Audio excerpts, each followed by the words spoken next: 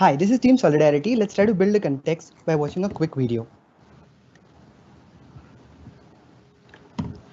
So here we have John. John has shared his healthcare data with the hospital. The hospital has secured this particular data and built a vaccine research model. This ML model is available for public consumption and it is used by pharmaceutical companies to advance vaccine research. This is going all good, the data is protected and the model is what is public. But a few months later, an attacker decides to find out if John's data was used in the training of this publicly available model. Whatever his findings are, he passes to the insurance company, which tries to assess the risk of cancer for this patient and increases his premiums. This patient is also left confused how exactly his data got to the insurance company and how could the hospital could have built this model in a more privacy preserving way. There are multiple techniques for doing that. We have two, differential privacy and federated learning. Differential privacy adds noise while training this machine learning model, which mitigates the risk of such membership inference attacks. And federated learning can help diversify much more data, which again can reduce the risk of such membership inference attacks. Let's try to demonstrate all this by the model which we have built. We have built a COVID X-ray classification model. Let's try to analyze it on our platform. So here is our platform. On our platform, we have put together a lot of privacy preserving tech all in one window. We can first try to do a privacy analysis of the model which we have built. So I have chosen the data and the model, and I can run this membership inference attack on persistent cloud or on-prem. I'm triggering an attack over here. It will initialize and it will start giving us logs. This attack usually takes longer to run. So we have previously run it and we can see that logs are coming in. We have previously run it and here is what the outputs look like. The most important one to look out for is the ROC curve, which shows the attack was 78% successful and also shows membership inference probabilities, which are fluctuating, which is usually exploited for running such membership inference attacks. Now let's try to build the same model using differential privacy.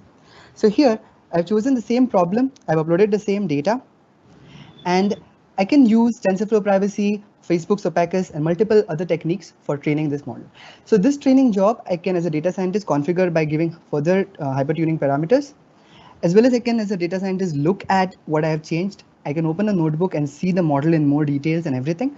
And I can run a training job to create a model with differential privacy. So again, this is initialized, it's running in the background. And as we see, we can see a historic run which we had done for the same model. We got 90% accuracy with 40 data points. And we can download this model to do further attacks on it in case we want to find out the accuracy. Going to another technique which we have over here for doing privacy preserving tech, we have federated learning, which basically helps us deploy local training across various parties. I have two parties here. We can add more, which can run on customer premises. We have the aggregator, which can again run on persistent cloud as well as on the premises of the customer if they like so. You can change this IP address for that. So here I've initialized federated learning. So it will first initialize the aggregator, which will build the machine learning model and then wait for the parties to register. And once they register, federated learning can begin. Basically, the aggregator will pass a model to the parties and actually see train this in a federated learning way. Again, federated learning also takes, because it's machine learning, it takes some time. We have run a previous run and we got an accuracy of 92.5% on the 40 data points. We can view the details, we can download this model, etc.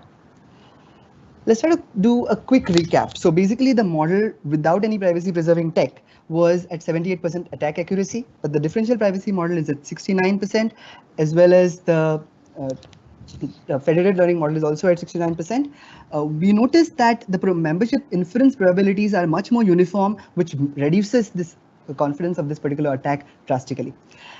Let's come back to the deployment architecture of this. So we see that it can be all run on persistent cloud because it's all a modular architecture based on Docker containers, or we can deploy these Docker containers on customer premises and actually try to drive it from there.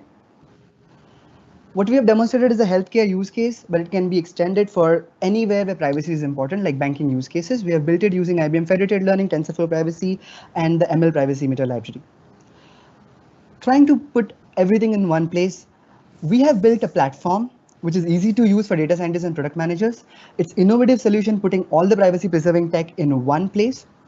We have a ready demo which can be demonstrated to customers. It's flexible because we can deploy it on customers platform or on persistent cloud.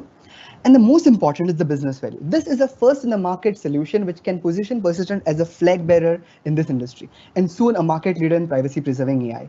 We project that we can make Persistent revenues of $10 million over the period of next 2 years from various workshop POCs and implementations of our product. Thank you.